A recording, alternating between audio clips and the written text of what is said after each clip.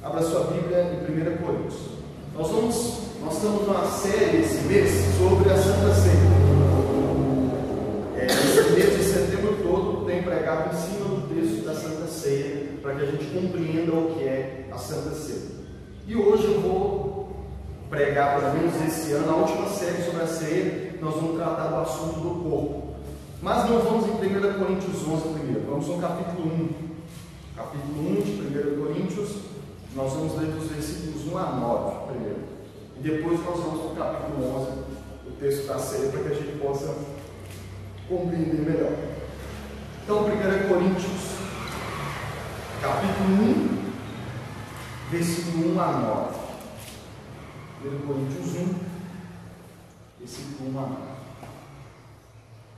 Diz assim: Eu, Paulo, que fui chamado pela vontade de Deus para ser apóstolo de Cristo Jesus, escrevo junto com o irmão Sóstenes essa carta à igreja que está em Corinto. Escrevo a todos que pela sua união com Cristo Jesus foram chamados para pertencer ao povo de Deus. Esta carta é também para aqueles que em todos os lugares adoram o Senhor Jesus Cristo, Senhor deles e nosso. Que a graça e a paz de Deus, nosso Pai, e do Senhor Jesus Cristo estejam com vocês. 4. Eu sempre agradeço ao meu Deus por causa da graça que Ele tem dado a vocês por meio de Cristo Jesus. Por estarem unidos com Cristo Jesus, vocês foram enriquecidos em tudo, tanto no dom de anunciar o Evangelho, como no dom da sabedoria espiritual. A mensagem a respeito de Cristo está firme em vocês, que vocês não têm deixado de receber nenhum dom espiritual enquanto esperam a vinda do nosso Senhor Jesus Cristo. Cristo vai conservá-los firme até o fim, para que no dia da volta do nosso Senhor Jesus Cristo, vocês não tenham culpa de nada. Deus é fiel e chamou vocês para que vivam em união com seu Filho Jesus Cristo, o nosso Senhor. Vamos orar mais uma vez? Senhor nosso Deus, eis aqui a Tua palavra, Pai. Eis aqui o assunto que queremos tratar hoje, que é o corpo do Senhor, a igreja como corpo de Cristo, e como isso está relacionado com a Santa Ceia, Pai. Venha, Espírito Santo, usar a minha vida para que a gente possa expor a Tua palavra de forma clara, para que possamos compreender que enquanto eu falo, o Senhor possa fazer aquilo que só o Senhor pode fazer, que é mudar o nosso coração, em nome de Jesus. Amém? Bom, então vamos lá. Por que eu comecei com o primeiro capítulo, com o que é chamado de saudação, dos versículos 1 a 9? Primeiro, Paulo está escrevendo uma carta a uma igreja, a igreja da cidade de Corinto. Não sabemos, Corinto era uma cidade, então nós não sabemos, pelo menos eu nunca li sobre ou ouvi falar, se era só uma igreja, que havia uma igreja local, ou se eram várias igrejas. Por exemplo, a carta dos Gálatas não é uma igreja específica, mas as igrejas da região da Galácia, amém? Então não sei aqui se já eram várias igrejas locais na cidade de Corinto, ou se era uma igreja só. Não lembro de ter lido a esse respeito. O fato é que Paulo está escrevendo para uma igreja. A carta inteira é endereçada aos cristãos, à igreja de Jesus. E ele começa dizendo isso: eu, Paulo, que fui chamado pela vontade de Deus para ser apóstolo de Cristo Jesus, e escrevo junto com o irmão Sóstenes, porque normalmente Paulo, nas cartas nós vemos isso, normalmente Paulo ditava e um dos irmãos escrevia. Por isso ele está mencionando Sóstenes. Esta carta à igreja de Deus que está na cidade de Corinto. Escrevo a todos os que pela sua união com Cristo Jesus foram chamados para pertencerem ao povo de Deus. Esta carta é também para aqueles que em todos os lugares adoram nosso Senhor Jesus Cristo, Senhor deles e nosso. Então, Paulo, o primeiro destinatário da carta é a igreja de Corinto. Mas Paulo também diz: mas eu também escrevo a todos que em todos os lugares também adoram e servem ao Senhor Jesus Cristo. Por isso essa carta também é endereçada a nós hoje. Amém? Mas o que eu quero chamar a atenção é que Paulo começa dizendo o seguinte: por causa da nossa união em Cristo Jesus, por causa da nossa fé em Cristo, nós fomos chamados para pertencer ao povo de Deus. Isso é algo que, principalmente hoje em dia, é preciso a gente bater na tecla. Jesus não morreu para te salvar, para que você fique salvo na sua casa e viva sozinho. A Bíblia inteira é clara, e eu ainda vou fazer uma série de pregações para enfatizar isso, já estou planejando para o início do ano que vem, para mostrar que Jesus não salva, não morreu para salvar indivíduos apenas. Jesus não morreu para me salvar, para mim ficar quieto na minha casa, aí ele morreu para te salvar, para você ficar quieto na sua casa, e cada um salvo por Jesus viver cada um a sua vida. Ser salvo por Jesus individualmente, eu fui salvo por Cristo, significa automaticamente, e junto com o fato de que a Bíblia diz que Jesus morreu para me salvar, para perdoar os meus pecados e me salvar, a Bíblia também é clara em dizer que Cristo me salvou para que eu pudesse fazer parte do povo de Deus. Desde o início, Adão e Eva, o que Deus disse para Adão e Eva? Sejam fecundos, crescer e multiplicar. Ou seja, faça filhos e mais filhos. Encha a terra. E Deus disse, eu criei vocês para vocês viverem para mim, mas multipliquem. Encha a terra de filhos, de descendentes, e todos vocês vão viver o quê? Para mim, vocês vão ter um relacionamento comigo. Em toda a Bíblia nós vemos isso. Semana passada eu falei da aliança, e Deus diz isso, vocês vão ser o meu povo e eu vou ser o seu Deus. Então, quando Deus chamou Abraão, Deus disse, através de você, eu estou chamando você, eu estou escolhendo você, eu vou fazer de você uma bênção, mas para que através de você e do seu descendente, todas as famílias da terra sejam abençoadas. Então, o propósito de Deus, desde o início, sempre foi ter um povo. Amém? Sempre foi ter um povo. Deus não queria pessoas individual para ele fazer uma visita a cada família. Eu vou visitar hoje o Elton e a Patrícia, vou me relacionar com eles, amanhã eu visito outro. Não, ele também faz isso, ele se relaciona individualmente. Mas Deus também, o desejo dele é se relacionar com um povo. Amém? É como um pássaro que tem duas asas. O evangelho tem, poderíamos dizer, só para você entender, duas asas. Uma asa é você compreender que Jesus morreu por você. Você, Elton, você, Denise, você individualmente. Mas a outra asa que não tem como separar, você já viu pássaro voando com a asa só? Não tem. O Evangelho também diz que Deus te salvou individualmente, mas Ele salvou para você fazer parte do povo de Deus. Amém? E aqui Paulo deixa claro isso. Ele está escrevendo a carta para a igreja de Deus que está em Coríntios, que pela sua união com Cristo, por causa da sua fé em Jesus, individualmente, por causa da sua fé em Jesus, vocês foram chamados para pertencer ao povo de Deus. Por isso ele diz, eu estou escrevendo para vocês, mas também para todos os que professam união em Cristo. Então, se você demonstra fé em Cristo, se você crê em Jesus, por causa da sua fé em Jesus, você é chamado para pertencer ao povo de Deus. E esse povo de Deus hoje recebe o nome de igreja. Amém? Lucas, o que é igreja? A igreja, por exemplo, a sua família tem um sobrenome, não tem? Meu nome é Lucas Ferreira de Mello. Lucas é meu nome individual, Ferreira é meu sobrenome da família da minha mãe. Então, o Lucas Ferreira, todos sabem que o Lucas faz parte da família Ferreira. Eu pertenço à família Ferreira. Mas Ferreira de Mello, porque existe o outro lado. Eu pertenço a uma família que o sobrenome principal dela é Mello. Então, já percebeu que o seu nome começa falando de você individualmente, mas sempre termina falando da família a quem você pertence. Hoje em dia não, mas os mais experientes, os mais vividos, dizem que no passado, quando alguém ia conversar com uma pessoa que não conhece, falava o quê? Você é filho de quem? Já ouviu falar isso? Já ouviu seus pais, seus avós falar isso? Por quê? Porque saber de qual família pertence, quando os casamentos eram arranjados, né? Fulano, estou apaixonado com a moça. É filho de quem? Por quê? Porque tinha muito essa questão da família. Então, aqui o Evangelho também aponta para isso. Nós somos salvos individualmente. Dizem que a salvação é individual, e de fato é individual. Eu fui salvo por Cristo individualmente, mas Eu fui salvo e ao mesmo tempo em que Deus me chamou para pertencer a Ele, para crer nele, Ele também me chamou para pertencer a um povo, a um corpo, ao que hoje a Bíblia e o próprio Jesus chamou de igreja. Então, o que é igreja? Igreja nada mais é do que o sobrenome daqueles que creem em Jesus.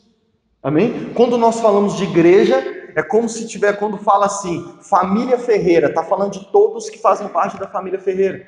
Quando fala da família Melo, está falando de fazendo parte, por exemplo, eu não sei se você já foi em Itaverava, mas em Itaverava um dos sobrenomes mais conhecidos é Neto. A família Neto quase que é dona da cidade. Né? A maioria dos estabelecimentos é Neto. Tem uma outra família que é a Barros. Entende? Então, por quê? Porque todo mundo sabe que aquilo faz, que eles fazem parte da família. Quando nós falamos de igreja, nós estamos falando da família dos que creem em Cristo Jesus. Por isso nós nos tornamos, se nós cremos em Cristo, nós nos tornamos uma nova família. Amém? Nós nos tornamos uma família. Uma família que, claro, não anula a sua família biológica. Mas a Bíblia, você sabia que a Bíblia em vários versículos apresenta que, de certa forma, e aqueles que talvez idolatram a família, talvez ficam um pouco desconfortáveis com isso, mas a Bíblia apresenta a igreja de tal maneira que a Bíblia apresenta a família em Cristo, a igreja se tornando uma família meio que, vamos dizer assim, que agora, se você de fato crê, ela está acima da sua família biológica. Por quê? Porque o vínculo que você tem com seus irmãos cristãos é mais profundo do que o vínculo que você tem com a sua família biológica. Porque o vínculo que nós temos uns com os outros é quem? Cristo Jesus. E o nosso vínculo em Cristo Jesus é maior do que qualquer outro vínculo. Você tem amigos, e talvez amigos que você diz assim, eu considero esse cara como irmão. Você tem vínculo com seus familiares biológicos, que talvez pode ser muito forte o vínculo que você tem com seus irmãos e com seus pais. Mas a Bíblia diz que por causa de Cristo, o nosso vínculo em Cristo Jesus, ele se torna um vínculo muito maior, muito mais profundo, muito mais verdadeiro do que o vínculo que nós temos em qualquer outro meio. Por isso que a Bíblia diz que há amigos mais chegados do que irmãos. São os irmãos em Cristo Jesus. Amém? São os irmãos em Cristo Jesus. Então, aqui nós estamos vendo que Paulo está escrevendo a carta e dizendo, por causa da sua união com Cristo Jesus, por causa da sua união com Cristo Jesus, vocês foram chamados para pertencer ao corpo de Cristo. E aqui já há uma aplicação que é importante falar hoje. Biblicamente, é impossível você dizer que é cristão e ao mesmo tempo dizer que não ama ou não quer fazer parte da igreja. E eu digo isso porque o número das pessoas que querem viver dessa maneira, eu creio em Jesus, mas não quero saber de igreja, está crescendo. Já recebeu até um nome que é desigrejado. Quando você ouvir falar em desigrejado, você está ouvindo falar de uma pessoa que diz crer em Jesus, mas que ela não quer saber de igreja, não quer saber de congregar, não quer saber de pertencer a nenhuma igreja local. E biblicamente, não importa os argumentos que apresentem, biblicamente é impossível ser essas duas coisas. Ser um cristão individual sem pertencer à igreja. Amém? Até porque aqui, deixa eu ver se está no 4 aqui, ó. Onde ele chama a igreja de corpo. Eu acho que vai ser mais para frente. Acho que aqui não está.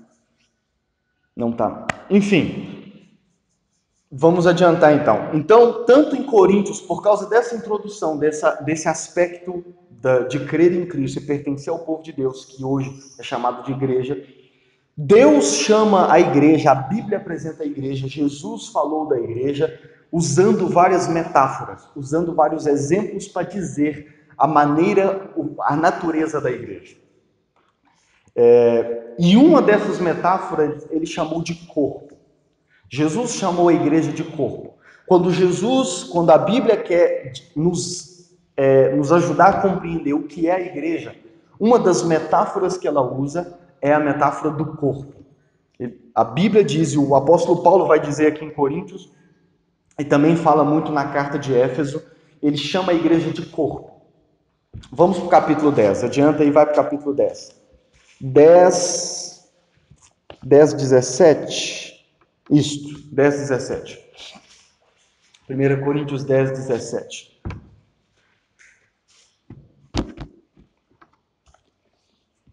Diz assim, 1 Coríntios 10, 17. Mesmo sendo muitos, todos comemos do mesmo pão, que é um só, e por isso somos um só corpo. Mesmo sendo muitos, todos comemos do mesmo pão, que é Cristo Jesus, que é um só. Cristo Jesus é um só, não há vários Jesus. Por isso somos um só corpo. A metáfora, uma das metáforas que a Bíblia e que o próprio Jesus apresentou para nos ensinar o que é a igreja, é a metáfora do corpo. E Paulo vai, no capítulo 10, no capítulo 12, eu não vou ler, mas principalmente no capítulo 12, Paulo vai falar disso. Ele vai mostrar como que a igreja, o que Jesus quis dizer e o que ele quer dizer quando ele chama a igreja de corpo. E nesse versículo 17 do capítulo 10 resume bem. Embora sendo muitos, nós somos um só corpo. No capítulo 12 ele vai explicar melhor, se você quiser ler na sua casa durante a semana. Ele diz o seguinte: o nosso corpo, olhe para o seu corpo. O seu corpo tem vários membros. Você tem 2 olhos, 2 ouvidos, um nariz, uma boca. Você tem 2 mãos, 2 pés, 2 pernas. Você tem vários órgãos, vários membros que constituem o seu corpo. Se você passar ali na rua e ver um dedo jogado ali, você vira e fala assim: olha lá um corpo ali. Você fala isso? Não, você vai falar: olha lá um dedo ali, rapaz. Por quê? Porque um membro isolado não é um corpo. Agora, se você passa na rua e vê alguém, você vai falar: olha lá um corpo ali. Se você passa e vê um cadáver ali, você fala: um corpo ali. E detalhe, se você passa e vê o cadáver faltando um dedo, você fala que aquilo deixou de ser um corpo? Não, continua sendo um corpo, embora perdeu um dos membros. Mas um membro sozinho você não chama de corpo. Por quê? Porque o nosso corpo, ele é constituído de vários membros. São os vários membros juntos que formam o nosso corpo. E a Bíblia, quando a Bíblia chama a igreja de corpo, ela apresenta o fato de que, individualmente, lembra que eu disse que Cristo nos salva individualmente? Individualmente, Cristo me salvou, mas eu individualmente sou apenas um membro do corpo de Cristo. E aqui está a primeira coisa: Deus chama a igreja de corpo de Cristo. A Bíblia apresenta Jesus como o cabeça, e nós somos o corpo. A sua cabeça não vive sozinho, o seu corpo não vive sozinho. A Bíblia apresenta Jesus como cabeça da igreja e apresenta a igreja como corpo de Cristo. Por isso a canção que nós cantamos diz para que, por causa do que ele fez, nós estávamos em meio à multidão. Foi quando a tua forte mão nos trouxe até aqui, envoltos em graça que nos uniu. Ou seja, individualmente nós somos chamados por Cristo. Cristo alcançou o seu coração, atraiu você a Ele. Mas ao mesmo tempo em que Ele atraiu você a Ele, Ele atraiu você para o corpo de Cristo. É por causa dele que nós estamos aqui. É por causa da graça e do que Ele fez em nós individualmente que nós estamos aqui unidos. Por quê? Porque quando Jesus salva as pessoas individualmente, Ele traz elas para o corpo. Amém? Você individualmente é um membro do corpo de Cristo. E nós juntos formamos o corpo. Por isso nós precisamos estar unidos. Por isso nós precisamos congregar. O congregar nada mais é do que a união dos membros do corpo de Cristo. Quando nós estamos aqui congregados, reunidos, seja aqui nesse culto, seja em casa, seja em grupos pequenos, seja fazendo uma atividade juntos como igreja, por causa da nossa... Tudo que nós fazemos juntos, por causa da fé que nós temos em Cristo. Seja jogar bola, quando eu e o Elton jogando bola junto, nós estamos ali fazendo uma atividade juntos. Mas a principal coisa que nos faz fazer aquela atividade juntos é a nossa união em Cristo Jesus. Amém? Nós somos amigos de infância, de escola, mas ficamos um grande período sem nos comunicar, sem sem nos relacionar. E foi a fé em Cristo que nos aproximou novamente. Amém? E fez criar um relacionamento que é muito maior do que o que nós tínhamos na escola. Porque o que nós tínhamos na escola era o fato de nós estarmos na mesma sala. Hoje não. É o fato de nós crermos no mesmo Senhor, no mesmo Salvador, no Deus Criador de todas as coisas. Amém? Então, o fato de nós crermos individualmente em Cristo nos une. Amém? Por isso que é difícil, biblicamente, não dizer para uma pessoa que diz crer em Jesus e não quer congregar, que ela de fato crê em Jesus. Porque as coisas não batem, não encaixa. Amém? Não encaixa. É a mesma coisa de eu dizer que sou cruzeirense e eu andar com a camisa do Atlético. Não bate uma coisa com a outra. Você olha e fala assim, mas como que você torce para o Cruzeiro e usa a camisa do Atlético? Né? O cérebro até dá uma bugada, não entendi. Você dizer que crê em Jesus, mas não ama a igreja, não crer na igreja, não faz sentido biblicamente. Algo está errado. Exatamente. Algo está errado. Ou você perdeu de vista o que Cristo já te ensinou, o que Cristo pregou e para que ele te chamou, ou você de fato ainda não conhece Jesus. Porque conhecer Jesus é conhecer o seu corpo. E a maneira como Cristo estabeleceu para que a gente o conhecesse é através do congregar. Jesus disse: amem uns aos outros como eu vos amei. Como eu vivo o amor que Cristo demonstrou por mim, amando vocês. Por isso que a carta de João, a primeira carta de João, vai dizer que aquele que diz que ama a Deus, mas não ama o irmão, é mentiroso. Porque como você pode amar a Deus a quem você não vê, sendo que você não ama o seu irmão que você está vendo? A primeira carta de João também estabelece muito essa ligação que não tem como quebrar entre você dizer que ama a Deus ou crer em Jesus e você ama o seu irmão, estabelece com o seu irmão. Por isso a canção segunda que nós cantamos diz: agora que nós estamos reunidos aqui, nos faça andar, nos faça caminhar aqui com atos de misericórdia, e assim vão ver o teu agir em nós. Se a igreja é o corpo de Cristo, significa, e Cristo é o cabeça, significa que Cristo se expressa através de nós. Quando a minha mão gesticula, é porque o meu cérebro está mandando uma mensagem para que ele gesticule. Quando eu penso em ir ali, a minha perna se move e eu vou até lá. O meu corpo responde ao meu cérebro. Por isso que uma pessoa que tem problema no coração, através de aparelhos, a pessoa consegue continuar viva. Mas uma pessoa com problema no cérebro, ela não é a mesma. Por isso nós vemos pessoas em estado vegetativo. O corpo saudável, mas não se move mais, está em estado vegetativo. Por quê? Alguma coisa aconteceu no cérebro. Porque o cérebro é a cabeça. Nós podemos dizer que a cabeça é o cérebro. Jesus é o cabeça da igreja. Ele é o Senhor da igreja. No Salmo 8 que nós lemos, não, 7, né? No Salmo 7 que nós lemos, Davi disse assim: reúna todos os povos a ti e de cima reine sobre eles. A igreja é isso, é a união de todos os povos. É a união de todos os povos. Onde Cristo é o rei, onde Cristo reina, onde Cristo é quem coordena todas as coisas. É por isso que nós dizemos: essa igreja não é minha igreja, não é sua igreja. Essa igreja é a igreja de Cristo, de Jesus. Nós somos os membros. É claro que qual é a maneira como ele se expressa? É através de nós. Como que Jesus vai se revelar e se expressar para as pessoas que ainda não o conhecem? Através de nós, através da nossa vida, e por isso nós falamos isso naquela reunião que nós tivemos. O que nós temos que fazer como igreja? Viver como igreja.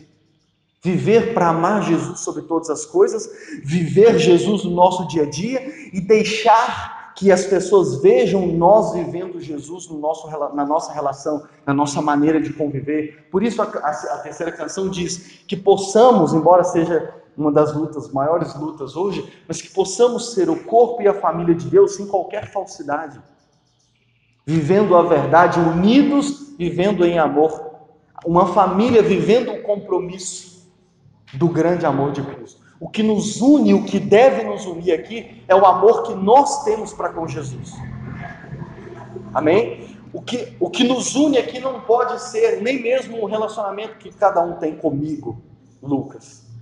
O que nos une e deve nos unir aqui é o relacionamento que nós temos com Jesus.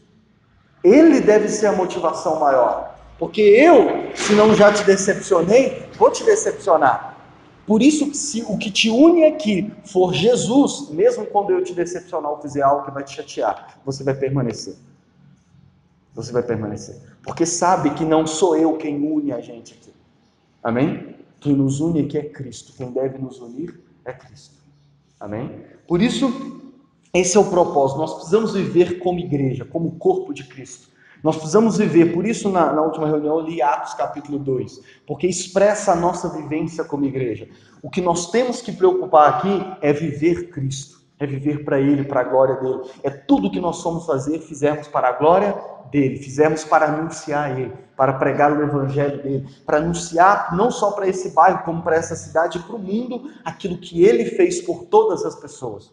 Porque aí Ele vai atrair as pessoas para esse corpo. Quando nós pregarmos o Evangelho e vivermos o Evangelho com atos de misericórdia e amor, as pessoas vão ver o agir dele em nós. As pessoas vão ser atraídas pelo nosso viver em Cristo, não pela nossa perfeição. Não estou dizendo o fato de nós sermos perfeitos, amém? Mas interessante que olha para você ver, até mesmo com os nossos erros, até mesmo quando nós confessarmos os nossos pecados, até mesmo quando nós tivermos que lidar com o erro de alguém, com o pecado de alguém, nós vamos fazer isso e nós podemos fazer isso para a glória de Deus. Porque quando nós pecarmos uns contra os outros e nós lidarmos com esse pecado com misericórdia, com restauração, entende? Sem apedrejar, sem julgar as pessoas que pecam, seja as que ainda não conhecem Jesus, como nós mesmos que vamos pecar, vamos errar uns contra os outros, até mesmo nesse modo de viver, nós vamos exaltar Jesus. As pessoas vão falar, uai, se isso tivesse acontecido em qualquer outro lugar, tinham expulsado, tinham apedrejado, tinham exposto ele, tinham virado as costas, mas entre eles é diferente. Até quando erram, e caso coisa grave, até quando o erro é grave, quando o erro às vezes é público, eles lidam com misericórdia. Não deixam de lidar com o erro, com o pecado. Entende isso? Mas lidam com misericórdia, sem apedrejar. Gálatas 6 diz, se algum irmão for pego em pecado no meio de vocês, vocês que são espirituais, devem restaurá-lo com mansidão e humildade, sabendo que vocês também podem errar.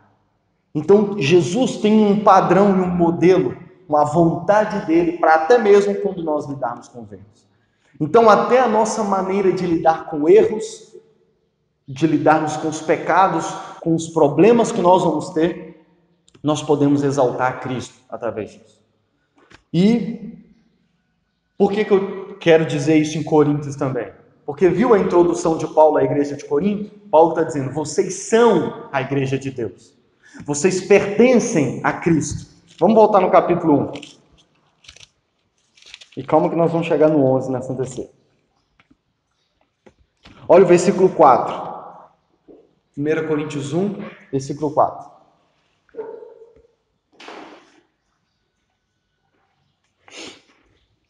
Eu sempre agradeço ao meu Deus, por causa da graça que Ele tem dado a vocês por meio de Cristo Jesus. 5. Por estarem unidos com Cristo Jesus, vocês foram enriquecidos em tudo, tanto no dom de anunciar o Evangelho, como no dom da sabedoria espiritual. A mensagem a respeito de Cristo está firme em vocês, que vocês não têm deixado de receber nenhum dom espiritual, enquanto esperam a vinda de nosso Senhor. Olha o 8. Cristo vai conservá-los firmes até o fim, para que no dia da volta de nosso Senhor Jesus Cristo, vocês não tenham culpa de nada. Deus é fiel e chamou vocês para que vivam em união com seu Filho, Jesus Cristo, o nosso Senhor. Quando nós lemos isso daqui e vemos a maneira como Paulo está falando a respeito da igreja, a primeira coisa que vem na nossa cabeça é, gente, essa igreja deve ser uma igreja modelo. Essa igreja deve ser uma igreja top. Olha como que o apóstolo Paulo está falando dessa igreja. Deve ser uma igreja perfeita, porque Paulo está falando que eles têm o dom de anunciar o Evangelho, que eles têm todos os dons espirituais, que a graça de Deus está sobre a vida deles. Paulo está falando que Cristo vai conservar eles firmes até a volta dele. Essa igreja deve ser uma igreja perfeita. Mas aí, a partir do versículo 10, nós continuamos a ler, e do capítulo 10 até o final dessa carta, como diriam na linguagem popular, é só BO. É só problema. Se você ler, já começa no versículo 10, após a introdução. A gente até diria assim, estava bom demais para ser verdade, né? E Paulo começa a falar divisão no meio da igreja, cristão processando cristão na justiça, imoralidade no meio da igreja, o filho de um homem se deitando com a madrasta, com a esposa do pai, e só B.O. Fofoca no meio da igreja, divisão no meio da igreja, grupinho, panelinha no meio da igreja. Isso não é novidade, né? Panelinha dentro da igreja acontece desde o início. Só problema. E a gente fica assim, peraí, mas é essa igreja que Paulo falou que é a igreja de Deus? Eu achei que a igreja tinha que ser perfeita. Eu achei que igreja era o lugar de pessoas perfeitas. Eu achei que igreja era lugar das pessoas que andam certinho com Deus. Eu achei que igreja era o lugar onde as pessoas não cometiam pecados. Mas olha o apóstolo Paulo, que tinha acabado de falar que eles são igreja de Deus, e que de fato são, e que a graça de Deus está sobre eles, e que eles vão ser cristãos até o final. Só B.O. Peraí, ô Paulo, é dessa igreja mesmo que você estava falando? É dessa igreja que ele estava falando. Porque igreja não é lugar das pessoas perfeitas. Igreja não é o lugar das pessoas que andam certinho perfeitas com Deus. Não. Até mesmo igrejas com problemas, com pecados. E essa é uma prova de que haver pecados e problemas no meio da igreja não é novidade. Nós não podemos abandonar a igreja, deixar de amar a igreja, deixar de congregar como igreja, não querer saber de igreja por causa de problemas que acontecem hoje na igreja. Porque problemas, pecados sempre aconteceram dentro da igreja e vai acontecer até Jesus voltar. Porque, como eu disse, e como dizia Martinho Lutero, cristão é pecador e santo ao mesmo tempo. Pecador porque enquanto nós estivermos nessa vida, nós vamos pecar. Lembra do Davi que no Salmo 7 estava falando que nunca traiu um amigo, que era inocente? Nós vemos a história de Davi. Davi traiu um amigo. Davi não só pegou a esposa do amigo dele, como colocou o amigo dele na frente de batalha para morrer, e de fato o amigo morreu. Olha para você ver, o Davi que tinha dito que era inocente, um tempo depois estava lá traindo um amigo, adulterando, não só traindo a esposa, como traindo um amigo, pegando a esposa do amigo, e só problema. Então, a igreja, os cristãos são pecadores, porque até que Jesus volte e nos transforme, nos torne perfeitos, nós vamos continuar pecando, mas ao mesmo tempo nós somos santos, porque já fomos salvos por causa da obra perfeita de Cristo Jesus. O cristão não é salvo porque ele é perfeito. O cristão não é salvo porque ele consegue andar tudo direitinho. O cristão, ele é salvo e ele é santo por causa da santidade de Jesus. Ele é salvo por causa do que Cristo já fez por ele. Ele é santo porque Deus olha para nós e vê em nós a santidade de Jesus. Amém? E é por isso que nós estamos unidos. E detalhe, vai haver sempre pecados no meio da igreja, erros no meio da igreja. É por isso que a polêmica atual aí, de um pastor que diz que igrejas não é para gays, igreja é sim para gays. Igreja é sim para homossexuais. Homossexualismo é pecado, mas não é um pecado imperdoável, não é nem o pior dos pecados. Porque diante de Deus, o mentiroso e o homossexual são pecadores. Aquele que mente, aquele que adultera, o heterossexual que trai a esposa, ou o heterossexual que faz sexo antes do casamento, para Deus é pecador, assim como o homossexual. Então não há diferença. E a igreja é sim para todo tipo de pecadores. Quando Jesus veio na terra, uma das acusações que os religiosos o acusavam era de andar com os pecadores. E a resposta dele foi: Os sãos não precisam de médico. Os que precisam de médico são os doentes. Eu vim para os pecadores porque é eles que estão perdidos. E é por eles que o meu Pai me mandou. É eles mesmo que eu vim buscar. Eu vim buscar e salvar todo aquele que estava perdido. Então a igreja é sim para pessoas pecadoras. Tanto as que ainda não conhecem Jesus e ainda não nasceram de novo, como pessoas que já nasceram de novo, mas ainda lutam contra os seus pecados. Que estão lutando para vencer os seus pecados e que ainda, vez ou outra, perdem a batalha diária contra o pecado. Porque igreja não é sinônimo de perfeição. Igreja não é para pessoas perfeitas. Igreja é para pecadores salvos pela graça em Cristo Jesus. Amém? Pela graça em Cristo Jesus. Então, mas, é claro que o fato de nós sermos pecadores salvos pela graça não significa que a gente não tenha que lidar com os pecados. Não significa que a gente não tenha que lutar contra o pecado. Amém? Não significa que quando problemas surgirem na igreja, a gente não tenha que lidar com os problemas da igreja. E aqui é que nós entramos o texto da Santa Ceia, no capítulo 11. Aqui nós entramos. Versículo 17. 1 Coríntios 11, 17. Nas instruções que agora vou dar a vocês, eu não posso elogiá-los, pois as suas reuniões de adoração fazem mais mal do que bem.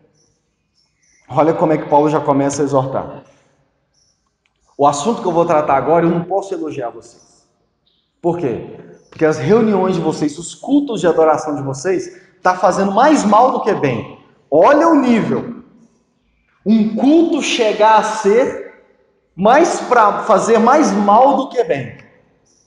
Um culto que quando nós nos reunimos nele, a gente sai pior do que entrou.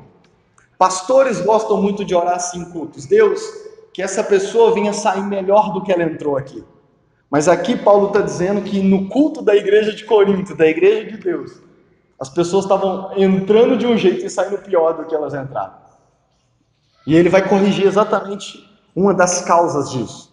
E ele diz assim: para começar, me contaram que nessas reuniões há grupos de pessoas que estão brigando. E eu creio que em parte isso é verdade.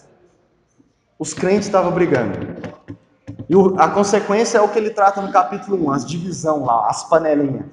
Ele está dizendo, nos cultos vocês estão brigando. Continua, 19. Não há dúvida de que é preciso haver divisões entre vocês para que fique claro quem são os que estão certos. 20. Quando vocês se reúnem, não é a ceia do Senhor que vocês comem, pois na hora de comer, cada um trata de tomar a sua própria refeição. E assim, enquanto uns ficam com fome, outros chegam até a ficar bêbados. Por acaso, vocês não têm as suas próprias casas onde podem comer e beber? Ou será que preferem desprezar a igreja de Deus e envergonhar os que são pobres? O que é que vocês esperam que eu lhes diga? Querem que eu os elogie? É claro que não vou elogiar. E olha o nível em que eles chegaram. Paulo diz, quando vocês se reúnem, não é a Santa Ceia que vocês estão sendo. Eles continuavam comendo do pão e bebendo do cálice. Mas Paulo diz assim, isso aí que vocês estão fazendo não é Santa Ceia nem aqui, nem no Japão. Não é Santa Ceia. Vocês podem estar lá com o suco, com o vinho e com o pão, mas não é Santa Ceia. Ah, mas a gente consagrou, a gente lembrou, não é. Por que não é? Porque eles já esqueceram que o sangue, que o vinho representa o sangue? Não. Muito provavelmente eles lembravam que o que eu já preguei nas últimas semanas, que o vinho representava o sangue de Cristo. Ah, é porque eles esqueceram que o pão é o corpo de Cristo. Não, provavelmente eles estavam lembrando que o pão era o corpo de Cristo. Porque eles esqueceram que eles tinham que fazer em memória de Cristo. Não, provavelmente eles cantavam louvores a Cristo na hora do culto e na hora da Santa Ceia. Qual era o problema? O que tornava a ceia algo que não era a ceia? O que não deixava aquela celebração se tornar a verdadeira ceia do Senhor? Era o fato da maneira como eles estavam tratando uns aos outros. Vocês estão brigando e participando da ceia. Vocês estão brigando antes, mas parando, participando da ceia e brigando depois. Vocês estão com panelinha no meio de vocês e estão participando da ceia. Vocês estão tratando os pobres de forma diferente. E ali, pelo jeito, o hábito era cada família, cada pessoa levar um pouco, né? E eles juntarem, reunirem e comerem. E além da ceia, parece que tinha uma outra refeição, né? Devia ser um grande almoço, né? Que até nós costumamos fazer na igreja. E o detalhe, não era ceia porque uns estavam comendo mais que os outros. Na verdade, tinha pessoas que estavam indo só para comer. E aí Paulo diz assim: acaso vocês não têm a casa de vocês para fazer a refeição? Esse momento não é para matar fome. Esse momento é para ter comunhão e partir o pão e o sangue de Cristo. Fome vocês matam em casa. E vocês estão brigando. E ele diz assim, ó, enquanto uns ficam com fome, outros chegam até a ficar bêbados. Olha o nível em que eles estavam. Eles estavam bebendo tanto o vinho da ceia, que eles estavam ficando bêbados. E entenda uma coisa, não vou falar sobre bebida hoje, mas ainda vou falar sobre bebida. Mas aqui o vinho que eles participavam da ceia era sim um vinho alcoólico. Não, tem gente hoje que tenta defender, falando, não, era suco da uva. Não, era vinho alcoólico. Só que havia moderação. Assim, pelo menos normalmente. Nessa igreja eu não tinha. Eu estava bebendo tanto que estava ficando até bêbado, né? Mas era vinho, só que os cristãos tinham moderação na hora de beber. O problema é que essa igreja já tinha lá deixado até a moderação. Eles estavam bebendo a ponto de ficarem bêbados. E Paulo diz assim, por causa de tudo dessa maneira como vocês estão se relacionando, não é a ceia que vocês estão participando. E aí ele começa a dizer, porque eu recebi do Senhor o que também passei para vocês. É que ele vai falar do texto da ceia, que é o que eu falei nos últimos meses. Vamos pular para o 27. Ele falou da ceia, versículo 27. Vou pular os versículos que nós falamos da ceia nas últimas semanas. Só para tratar do assunto que ele está corrigindo. Porque entenda agora que ele está lembrando o que é a ceia no meio de uma exortação, no meio da correção de um problema que tinha na igreja. Aí o 27 ele diz assim, ó, por isso, aquele que comer do pão do Senhor, o beber do seu cálice, de modo que ofenda a honra do Senhor, está pecando contra o corpo e o sangue do Senhor. Portanto, cada um examine a sua consciência e então coma do pão e beba do cálice. Pois a pessoa que comer do pão ou beber do cálice sem reconhecer que se trata do corpo do Senhor, estará sendo julgada ao comer e beber para o seu próprio castigo. É por isso que muitos de vocês estão doentes e fracos e alguns já morreram. Se examinássemos primeiro a nossa consciência, nós não seríamos julgados pelo Senhor. Mas como somos julgados e castigados pelo Senhor, para não sermos condenados junto com o mundo. Então ele diz assim, olha, vocês estão comendo e bebendo do sangue do Senhor, mas ofendendo o corpo do Senhor. Ofenda a honra do Senhor. Portanto, examine a sua consciência. A maioria das vezes em que nós usamos esse versículo, examine a sua consciência, a gente aplica ele para falar com o crente assim, examine agora se você tem um pecado não confessado na sua vida para depois participar do sangue de Cristo. Pode ser uma aplicação válida. Nós temos mesmo que examinar o fato de nós sermos pecadores. Eu já falei disso nas últimas semanas. Na ceia, nós lembramos o quão pecadores nós somos, a ponto de Cristo ter dado a sua vida por nós. Lembra disso? Então pode sim, a gente pode examinar a nossa vida antes de participar da ceia. Mas o exame específico do qual Paulo está dizendo aqui, não é o exame dos meus pecados individuais. Paulo não estava dizendo para a igreja de Corinto assim, olha, examine o seu coração, vê se você tem pecado, confessa para Deus para depois você participar da ceia. Não, o que Paulo está mandando examinar é por causa do fato da maneira como eles estavam tratando uns aos outros.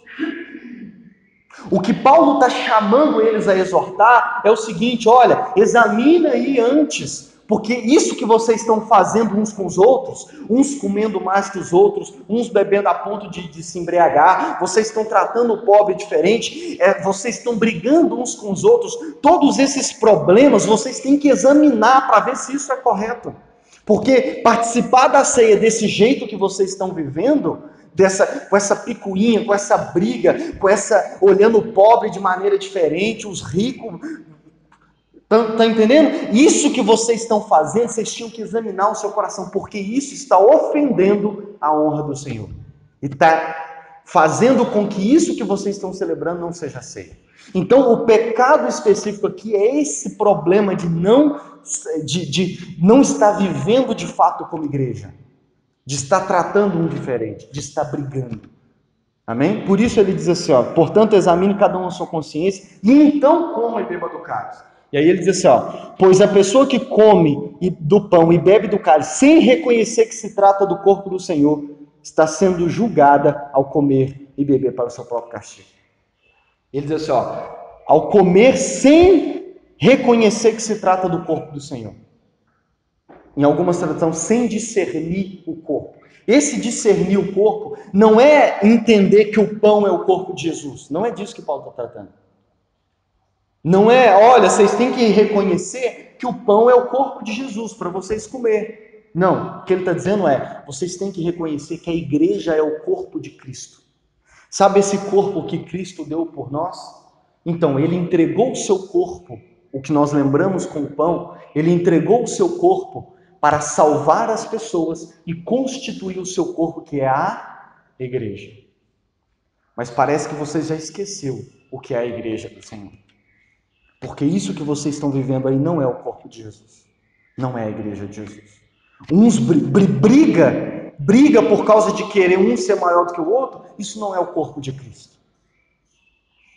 Amém? Tratar o pobre de maneira diferente não é isso que é a igreja de Cristo. Uns comer mais do que os outros não é isso que é a igreja de Cristo.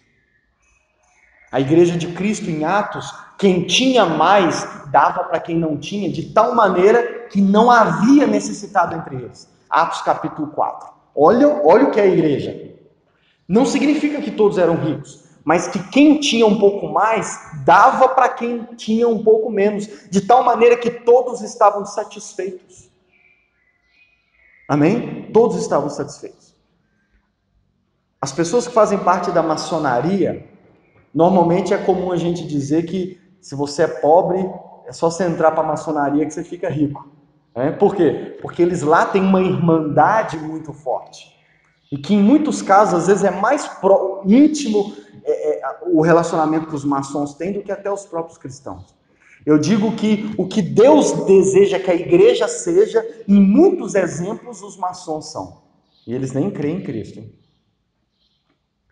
Mas, o que eu quero dizer? Se tornar maçom talvez pode ser sinônimo de se tornar rico. Vou dizer talvez para que quem é maçom e que ouvir isso não fique irritado comigo. Mas deixa eu te dizer, se tornar cristão, o fato de quem tem mais dar para quem tem menos não significa que todos devam ser ricos.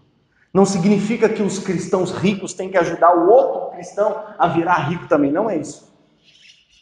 Mas significa que nós não podemos, aqueles que têm mais, que Deus confiou mais, não podem deixar que o irmão do seu lado passe fome e passe necessidade. Não é torná-lo rico, mas é dar a ele o necessário para que ele possa viver de maneira digna. Isso é a igreja.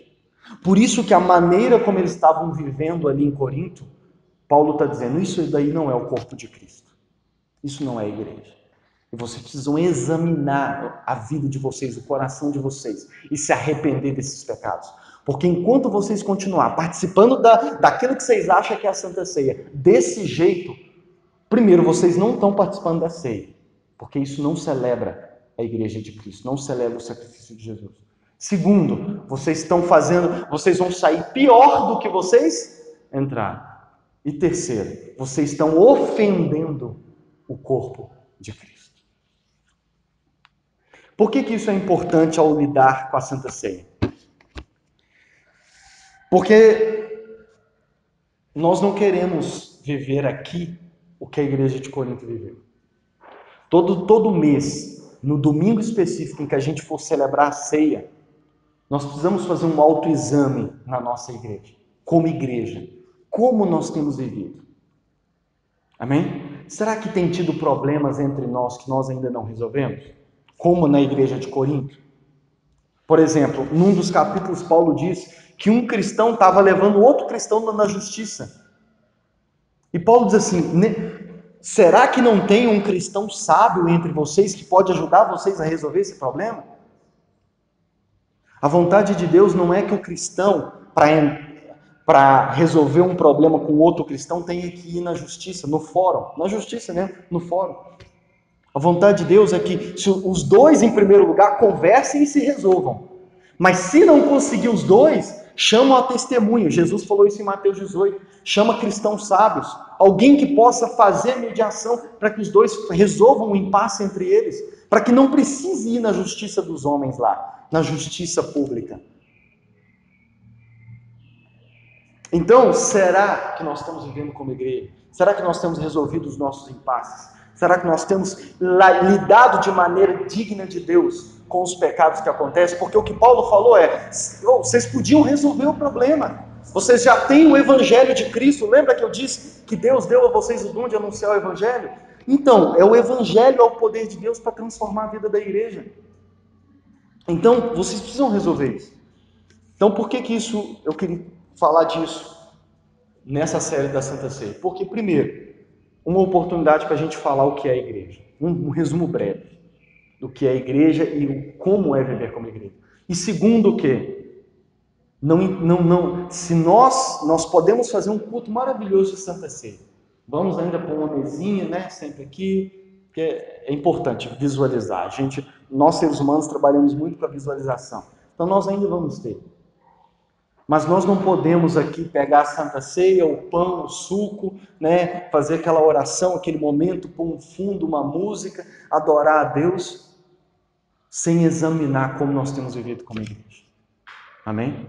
Sabendo que tem um irmão brigado com outro irmão, e às vezes com uma coisa besta, sabendo que tem um competindo com o outro, sabendo que tem um querendo ser melhor que o outro, ou sabendo que tem irmãos entre nós passando necessidade.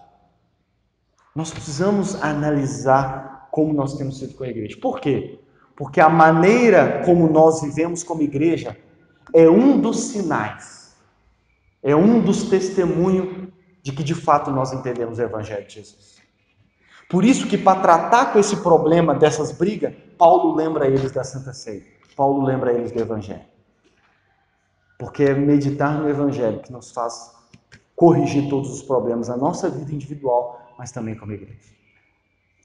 Os ricos não devem tratar diferente os pobres, porque diante de Deus, a Bíblia diz que todos nós somos pobres, miseráveis, pecadores. Que todos nós somos salvos pela graça de Jesus, tanto ricos quanto pobres. Nós não podemos brigar, por quê? Porque qual é o motivo da briga? É porque o fulano fez isso contra mim, pecou contra mim. Perdoe-o como Cristo te perdoou. Você pecou tantas vezes e peca tantas vezes com Cristo, mas ainda assim Ele deu a vida por você. Ele te deu a graça e o favor dele. Compartilhe com esse irmão a graça que você tanto recebeu de Cristo. O que Ele fez com você não é nem de perto o que você fez com Cristo. E Cristo te perdoou. Porque você não pode dar a esse irmão parte do que Cristo te deu. Parte do que Deus te deu em Cristo. Amém? Então, nós precisamos lembrar do Evangelho, para que o Evangelho molde tudo isso. Então, todas as vezes que formos cear, celebrar a Santa Ceia, nós vamos sim fazer esse exame como igreja. E lembrando algo que Jesus disse, não sei se vocês vão lembrar, quando você for dar uma oferta, e você se lembrar que tem algo contra o irmão, deixa a oferta ali, volta lá e conserta com o irmão. Depois vem e apresenta a sua oferta. Que possamos desenvolver essa prática de que, antes de participar da Santa Ceia, possamos examinar. Eu tenho algo contra o meu irmão?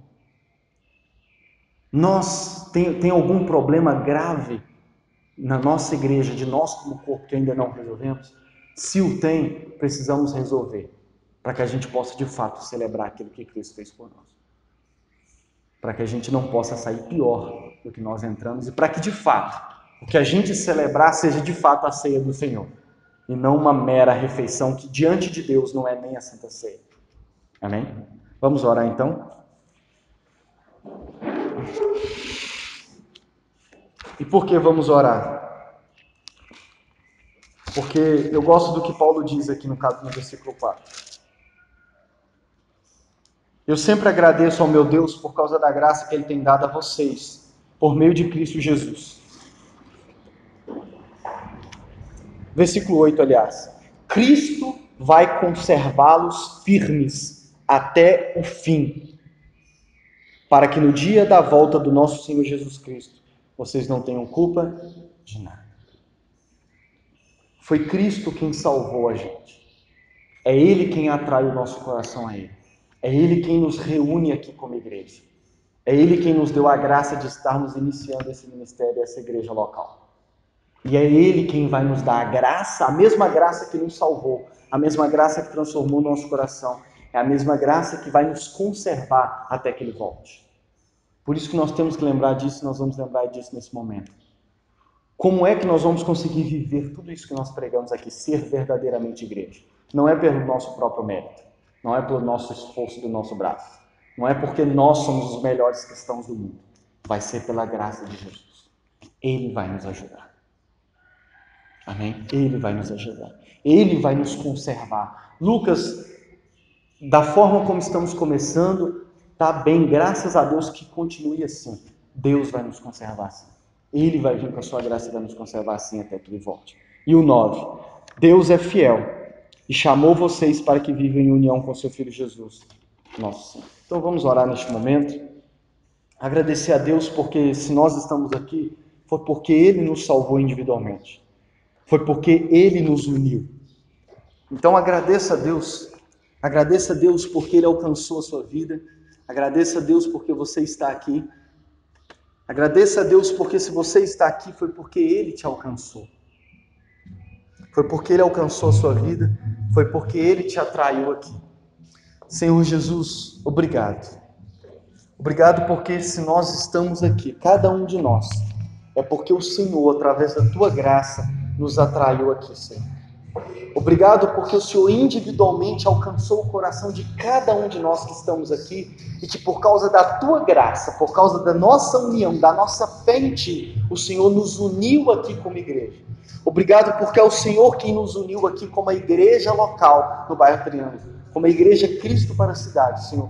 É a Tua graça quem nos tem alcançado, é a Tua graça que tem nos unido e nós cremos, Pai, como o apóstolo Paulo disse aqui em Coríntios, é o Senhor pela Tua graça, Jesus, quem vai nos conservar assim até o fim.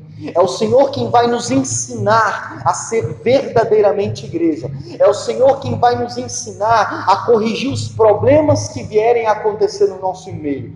Ensina-nos pela Tua graça, guia-nos pela Tua graça, Senhor, que através do Teu amor podemos com humildade viver e Te agradecer por causa dessa união que o Senhor nos concedeu. Que a gente possa viver aqui, Senhor, com atos de misericórdia, para que as pessoas possam ver o Teu agir em nós, Pai, como diz a canção que nós cantamos. E que tudo seja, no fim de todas as coisas, para a glória do Senhor, pois foi para isso que nós fomos salvos, é para isso que nós fomos criados, é para isso que nós existimos, e é para isso que nós vamos viver com o Senhor eternamente, para Te conhecer, Te amar e Te glorificar para todo sempre, para a glória do Senhor. Obrigado, Senhor, por este culto, por esta manhã, que o Senhor possa nos conservar assim, e a nossa confiança é de que o Senhor é fiel, e há de nos conservar assim, para a glória do Senhor. Amém?